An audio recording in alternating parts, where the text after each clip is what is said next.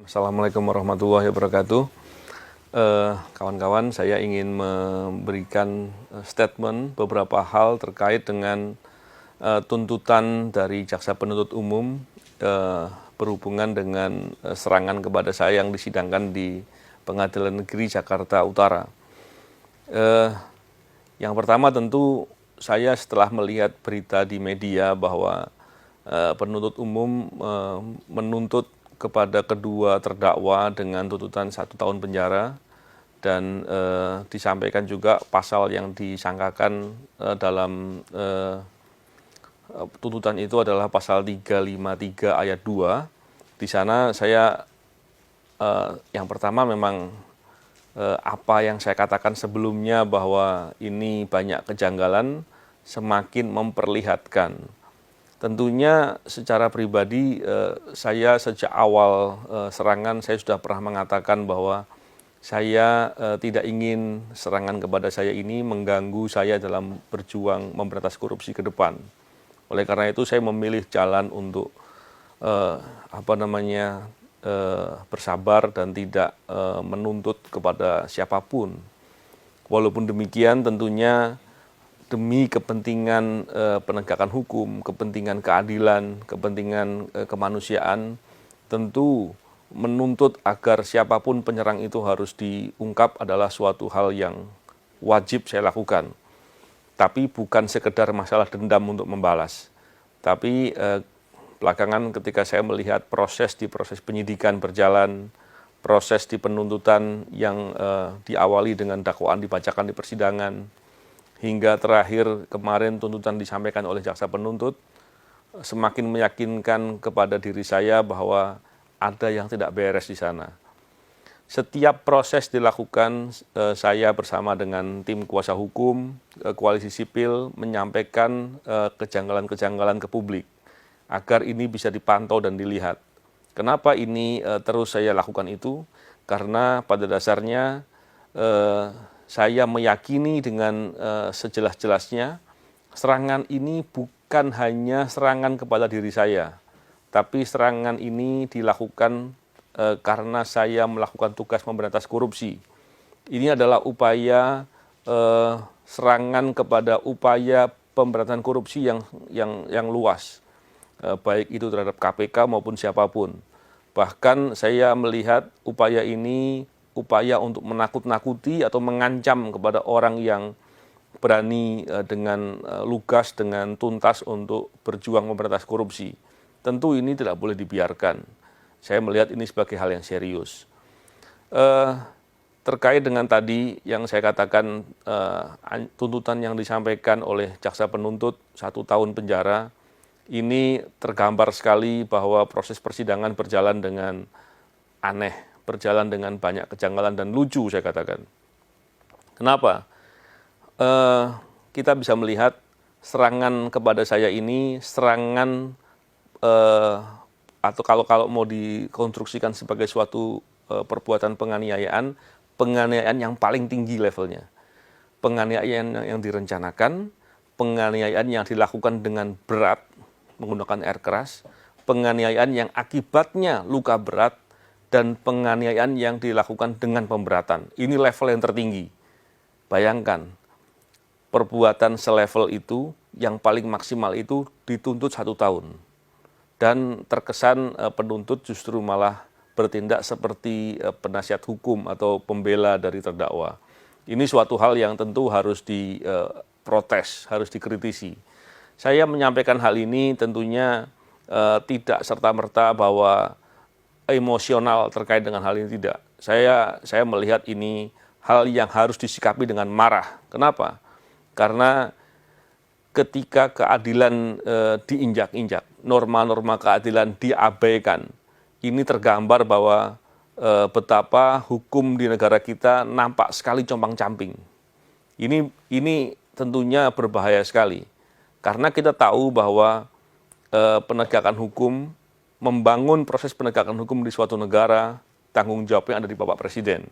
Tentunya ketika potret penegakan hukum yang digambarkan dengan compang-camping ini, dengan asal-asalan begini, dengan sangat buruk begini, ini tentunya membuat nama Bapak Presiden akan nampak sekali tidak baik.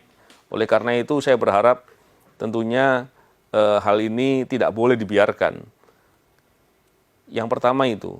Yang kedua, kalau pola-pola seperti ini tidak pernah dikritisi, tidak pernah diprotes dengan keras, dan kemudian Presiden juga membiarkan, saya sangat meyakini bahwa pola-pola demikian akan mudah atau banyak terjadi kepada masyarakat lainnya. Walaupun faktanya kita tahu bahwa banyak sekali masyarakat yang menjadi korban dari ketidakadilan, dari proses penegakan hukum yang bermasalah, yang sudah terjadi. Tapi apakah kita mau abaikan? Apakah kita mau biarkan? Padahal apabila kita lihat, penegakan hukum adalah faktor penting untuk kemajuan suatu bangsa. Kita melihat bagaimana upaya dari pemerintah untuk membangun di semua bidang. Bidang ekonomi, bidang politik, sosial, dan lain-lain. Tapi apabila penegakan hukumnya bermasalah, proses penegakan hukum, sistem penegakan hukum, dan bagaimana realisasi penegakan hukum di masyarakat itu ternyata bermasalah, maka kita sulit sekali untuk bermimpi sektor-sektor lain bisa menjadi baik. Dan ini faktor yang paling penting. Bahkan dalam proses upaya memberantas korupsi, masalah penegakan hukum itu menjadi hal yang penting sekali.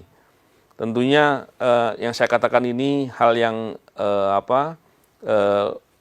hal yang komprehensif, hal yang lebih luas, dan saya berharap kita semua bisa melihat ini sebagai permasalahan. Sekali lagi, saya tidak hanya melihat ini dari kepentingan saya pribadi, tapi saya melihat ini sebagai kepentingan semua orang, terutama karena serangan kepada saya ini adalah upaya untuk menyerang pemberantasan korupsi, dan ini berbahaya. Bahkan kalau kita lihat di era-era belakangan ini, pemberantasan korupsi di Indonesia sedang menjadi masalah yang sangat luar biasa. Bahkan kita tahu dengan terang benderang upaya penghambatan, upaya penghadangan dilakukan dengan masif. Di tengah banyaknya potensi-potensi korupsi, bahkan perbuatan-perbuatan korupsi yang terjadi.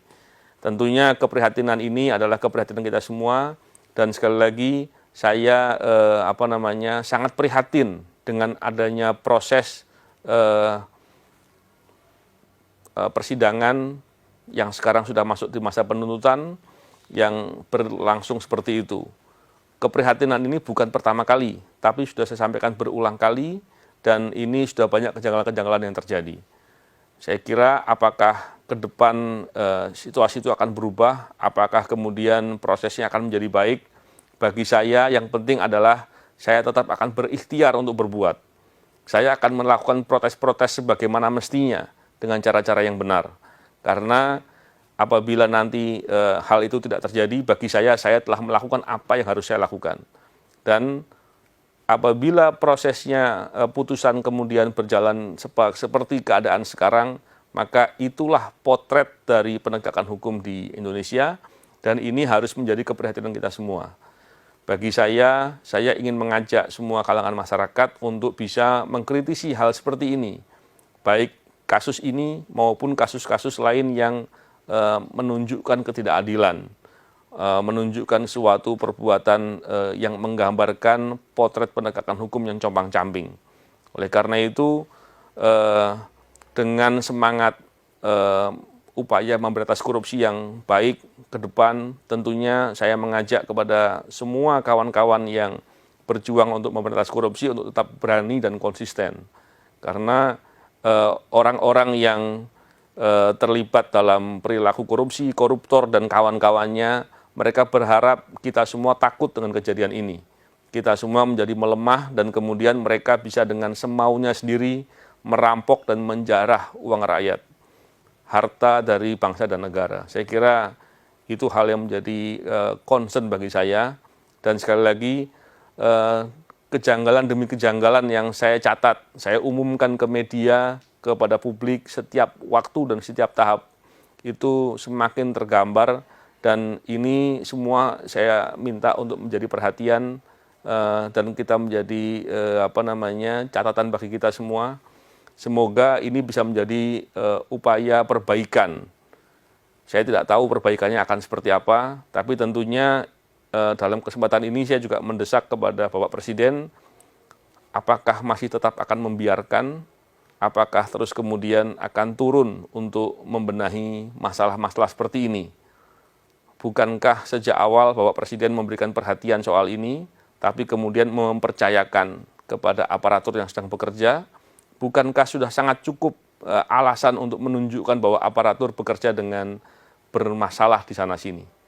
Saya kira itu ingin saya sampaikan. Terima kasih. Assalamualaikum warahmatullahi wabarakatuh.